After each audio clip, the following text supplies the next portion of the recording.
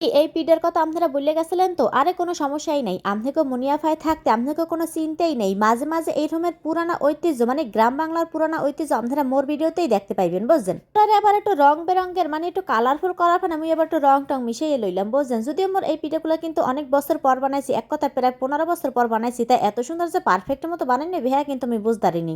ভিজাইয়া byte দেওয়ার পর সেদিন চাইপা এই পিঠাগুলো দিয়ে আবার এই রকমের গরম পানিতে একটু ভাপে দিয়া মানে এক কথায় একটু হিজাইয়া লইয়া, বুঝছেন? এরপর কিন্তু উঠাইতে মোর একটু খারাপই লাগছিল। মানে এক কথায় আমি টায়ার্ড হয়ে গেছিলাম। তাও কিন্তু মোর শান্তি লাগছিল। লাস্ট পর্যায়ে এই রকমের কালারফুল গুলো দেখিয়া শেষ হরেন মোর হকল কষ্ট একালে শান্তিতে পরিপূর্ণ হয়ে গেছে যে সময় আমি এই পিঠাগুলোর চেহারা দেখছি। এ সময় ঈদের মার্কেট করার পাশাপাশি মোরা এই রকমের কালারফুল মানে এক কথা রং বেরঙের এই রকমের সুন্দর সুন্দর পিঠা বানাইতাম, বুঝছেন? তাই এই রকমের পিঠাগুলো না বানাইলে কিন্তু মোকে ঈদ পরিপূর্ণ হইতে না। এগুলো বানানোর পর ৩-৪ ঘন্টা রোদ্দুরে দিয়ে, বুঝছেন? এরপর গরম তেলের মধ্যে যেই ছাড়িয়ে দিছি একালে টগরে নান ফুললে উঠছে। কি সুন্দর কালারফুল একটা প্লেট দেখেন মাশাল্লাহ। আর এই পিঠাগুলোও কিন্তু আমি গতকালকে বানাইছিলাম, তাই আর ভিডিও শুট করি নাই। ভাবলাম যে আজকে সিরিঞ্জ পিঠার লগে এও কখন পিঠা বাজে হালাই, এরপর কিন্তু এই পিঠা কখনো বাজে হালাইছি। আর এই রকমের একটু চিনি মাইককে, বুঝছেন? এই রকমের যেই চাপ দিছি একালে মুসমুস হয়ে ভাঙ্গে গেছে। কি সুন্দর মাশাল্লাহ মসমুস হয়েছে। আর সেমাই দিয়ে মাইপুলার খাইতে দিলাম।